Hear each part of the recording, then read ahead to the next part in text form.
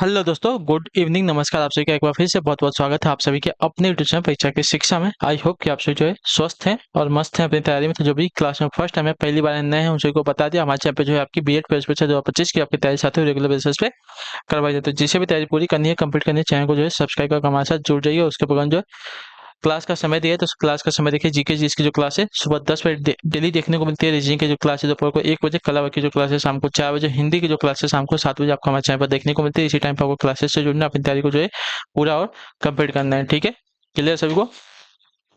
चलिए,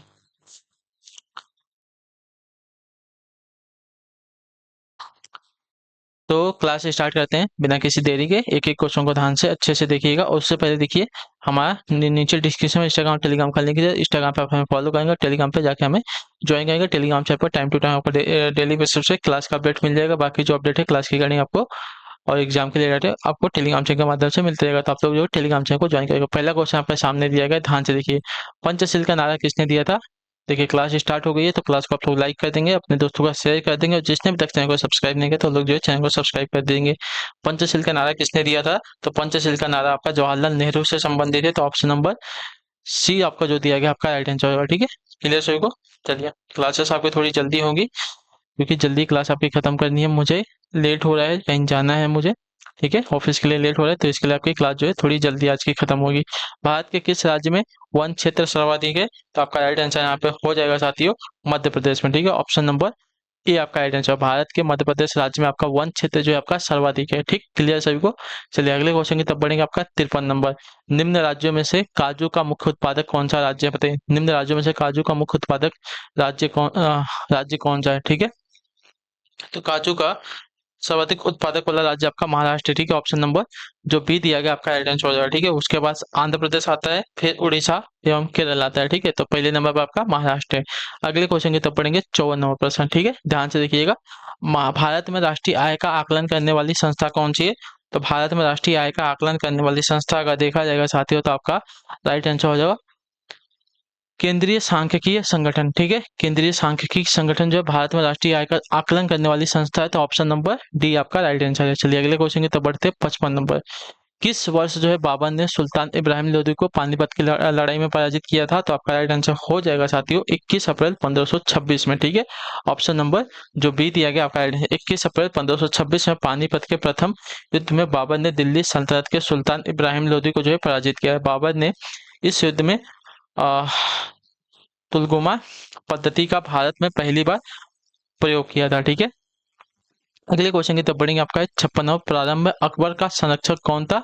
तो आपका राइट आंसर हो जाएगा बैरम खान। ऑप्शन नंबर जो डी दिया गया आपका राइट आंसर हो जाएगा। ठीक है, हुमायूं की मृत्यु के पश्चात जो अकबर का प्रमुख संरक्षक बैरम खान था। बैरम खान ने 14 फरवरी 1556 को जो है गुरदासपुर के निकट अकबर का जो है राज्य अभिषेक करा दिया। सम्राट बनने के पश्चात अकबर ने जो है अपने संरक्षक बैरम खां को जो है वजीर नियुक्त कर खाने खाना की उपाधि प्रदान की थी। ठीक है, बैरम खां जो है फारस के सिया संप्रदाय से संबंधित था। अगले क्वेश्चन की तरफ बढ़ते हैं। 57। असहयोग आंदोलन किस वर्ष आरंभ हुआ था? तो असहयोग आंदोलन आपका आरंभ हुआ था साथियों कब? तो आपका राइट आंसर होगा 1 अगस्त 1920 में। ऑप्शन नंबर जो बी दिया गया आपका राइट आंसर। असहयोग आंदोलन की शुरुआत आपकी गांधी जी द्वारा 1 अगस्त 1920 को शुरुआत हुई थी। ठीक है, असहयोग आंदोलन विचार हेतु सितंबर 1920 में कोलकाता में जो है कांग्रेस का विशेष अधिवेशन जो है बुलाया गया था, जिसमें असहयोग आंदोलन का प्रस्ताव पेश किया गया था। ठीक है, तथा दिसंबर 1920 में कांग्रेस का अधिवेशन नागपुर में हुआ, जिसमें असहयोग आंदोलन के कार्यक्रम का अनुमोदन कर दिया गया। 5 फरवरी 1922 को चौरी चौरा कांड के पश्चात जो गांधी जी ने 12 फरवरी को जो है असहयोग आंदोलन को जो है वापस ले लिया था। ठीक है, आरंभ जो 1920 में हुआ था, इसको वापस लिया था 1922 में 12 फरवरी को। महात्मा गांधी किस वर्ष जो है कांग्रेस के अध्यक्ष बने थे?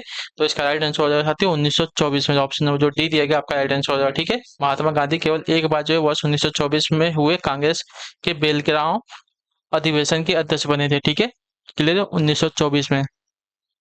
अगले क्वेश्चन की तरफ बढ़ेंगे। आपका है 59। हुमायूंनामा के लेखक कौन है? तो हुमायूंनामा के लेखक की अगर बात की जाएगी साथियों, तो आपका राइट आंसर यहाँ पे होगा, क्या होगा बताने की कोशिश करेंगे तो आपका सही उत्तर आपका हो जाएगा साथियों गुलबदन बेगम। ठीक है, ऑप्शन नंबर जो बी दिया गया आपका राइट आंसर हुमायूं नामा का लेखक आपके गुलबदन बेगम है। ठीक, अगले क्वेश्चन की तरफ बढ़ते हैं। आपका 60 नंबर, ध्यान से देखिएगा, बताइएगा राइट आंसर क्या हो जाएगा। भारत के मुख्य निर्वाचन आयुक्त की नियुक्ति कौन करता है? तो इसका सही उत्तर आपका होगा साथियों राष्ट्रपति। ठीक है, भारत के मुख्य निर्वाचन आयुक्त की नियुक्ति, ठीक है, भारत के मुख्य निर्वाचन आयुक्त की जो नियुक्ति है राष्ट्रपति द्वारा की जाती है। तो ऑप्शन नंबर जो सी दिया गया है 60 पे आपका राइट आंसर होगा। अगले क्वेश्चन की तरफ बढ़ेंगे। आपका है 61 नंबर, ध्यान से देखिएगा, बताइएगा राइट आंसर। भारत सरकार का प्रथम विधि अधिकारी कौन है? तो भारत सरकार का प्रथम विधि अधिकारी अगर देखा जाएगा तो आपका राइट आंसर हो जाएगा अटॉर्नी जनरल ऑफ इंडिया। तो ऑप्शन नंबर जो सी दिया गया है आपका करेक्ट है। भारत सरकार का प्रथम विधि अधिकारी आपका अटॉर्नी जनरल ऑफ इंडिया होता है। क्लियर, चलिए अगले क्वेश्चन की तरफ बढ़ते हैं। 62 नंबर, किस संविधान संशोधन में पंचायती राज संस्थाओं को संवैधानिक स्थिति प्रदान की गई? तो आपका राइट आंसर हो जाएगा साथियों आपका 73वें संविधान संशोधन में। ठीक है, ऑप्शन नंबर जो डी दिएगा आपका 73वें संविधान संशोधन में जो है पंचायती राज संस्थाओं को जो संवैधानिक स्थिति प्रदान की गई थी। क्लियर है, चलिए अगले क्वेश्चन की तरफ बढ़ेंगे। आपका है 63 नंबर, मृत्युदंड के मामले में क्षमा देने का अधिकार किसे है? तो राष्ट्रपति को। ऑप्शन नंबर जो बी दिया गया है आपका करेक्ट होगा। ठीक है, क्लियर होगा इसके बारे में। चलिए, मृत्युदंड के मामले में क्षमा देने का अधिकार राष्ट्रपति को प्राप्त है। 64 नंबर, विजयनगर राज्य किस नदी के किनारे स्थित था? तो इसका करेक्ट आंसर आपका हो जाएगा साथियों तुंगभद्रा नदी के किनारे स्थित था। ऑप्शन नंबर जो सी दिया गया है साथियों आपका करेक्ट आंसर होगा। ठीक है, क्लियर है, चलिए अगले क्वेश्चन की तरफ बढ़ते हैं। आपका 65 नंबर, बाल विहार प्रणाली के संस्थापक कौन थे? तो बाल विहार प्रणाली के संस्थापक की अगर बात की जाएगी तो आपका राइट आंसर हो जाएगा साथियों फ्रोबेल।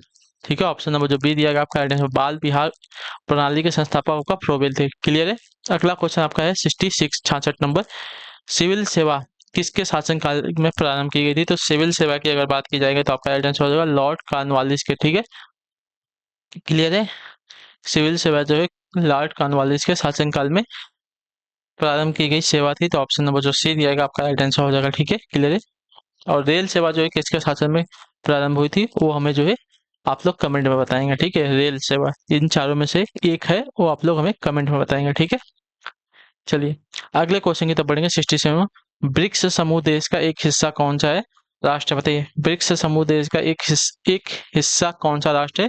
तो आपका राइट आंसर यहाँ पे हो जाएगा साथियों ब्राजील। ऑप्शन नंबर जो डी दिया गया है आपका राइट आंसर होगा। ठीक है, ब्राजील, ब्राजील, रूस, इंडिया, चाइना और साउथ अफ्रीका, ये जो है ब्रिक्स समूह देश के 5 देश हैं। ठीक है, जिसमें से ब्राजील, बी फॉर ब्राजील है। ठीक है, अगला क्वेश्चन आपका है 68, शून्यकाल का अर्थ क्या होता है? तो देखिए शून्यकाल के अर्थ की अगर बात करेंगे तो जब कोई अति महत्वपूर्ण विषय चर्चा के लिए उठाया जाता है।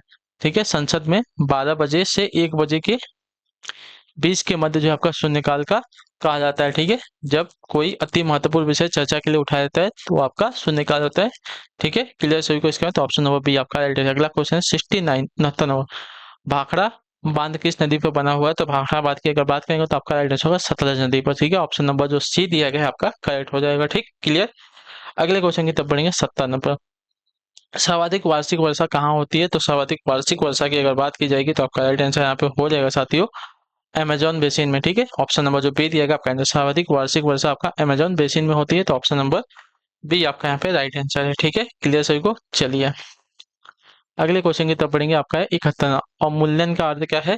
तो अवमूल्यन का अर्थ अगर देखा जाएगा साथियों तो आपका राइट आंसर होगा अन्य देशों की मुद्रा की तुलना में घरेलू मुद्रा का मान कम करना। ठीक है, उसको अवमूल्यन कहते हैं। जैसे कि अमेरिका की जो मुद्रा है डॉलर, उसकी तुलना में भारत की मुद्रा का मान जो है बहुत ही कम है। ठीक है, अगले क्वेश्चन की तरफ बढ़ेंगे। आपका है 72, मुक घाटी साइलेंट वैली कहाँ पर स्थित है? तो इसका राइट आंसर आपका हो जाएगा साथियों केरल में। ठीक है, मुक घाटी यानी कि साइलेंट वैली जो आपका केरल राज्य में स्थित है।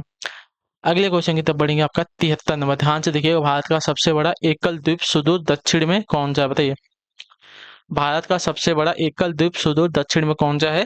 तो इसका करेक्ट आंसर हो जाएगा ग्रेट निकोबार द्वीप। ठीक है, ऑप्शन नंबर जो डी दिएगा आपका राइट आंसर होगा भारत का सबसे बड़ा एकल द्वीप सुदूर दक्षिण में आपका ग्रेट निकोबार द्वीप समूह है। ठीक है, चलिए अगले क्वेश्चन की तरफ बढ़ेंगे। 74 नंबर, भारत का रूर किस नदी बेसिन को कहा जाता है? बताइए, भारत का रूर जो है किस नदी बेसिन को कहा जाता है? तो आपका राइट आंसर हो जाएगा साथियों दामोदर नदी को। ठीक है, ऑप्शन नंबर जो ए दिया गया आपका राइट आंसर, भारत का रूर जो है दामोदर नदी बेसिन को कहा जाता है। बहुत इंपॉर्टेंट क्वेश्चन है, याद रखिएगा। ठीक है, चलिए आखिरी क्वेश्चन, प्रथम जैन तीर्थंकर कौन थे? तो प्रथम जैन तीर्थंकर की अगर बात की जाएगी तो आपका ऋषभदेव थे, ठीक है। ऑप्शन नंबर बी आपका राइट आंसर हो जाएगा, ठीक है। महावीर जो है 24वें थे, यहाँ देखा पारसनाथ आपके जो है 23वें थे, ठीक है। ऋषभदेव आपके पहले थे, ठीक है, जो है थे जैन धर्म की स्थापना की थी। चलिए तो इसी के साथ जो आपकी क्लास है आज की यहाँ पे क्या हो गई, पूरी हो गई, कंप्लीट हो गई। आई होप कि आपको क्लास जो है अच्छी लगी है। अच्छी लगी है तो क्लास को लाइक करिए, चैनल पहले तो चैनल को सब्सक्राइब, और हमें जो है कमेंट अपने राय क्लास के बारे में, जो आपको क्लास कैसी, बाकी अगर आपका कोई डाउट है, कोई क्वेश्चन है, कोई क्वेरी है, तो आप हमें क्या कहेंगे, कमेंट करके नीचे पूछेंगे, अपना जो क्लास के बारे में फीडबैक है वो बताएंगे। तो हम आपसे मिलेंगे आपकी अगली क्लास में, तब तक के लिए टाटा बाय बाय, जय हिंद जय भारत। आपसे क्लास से जुड़ने के लिए बहुत बहुत ही धन्यवाद साथियों।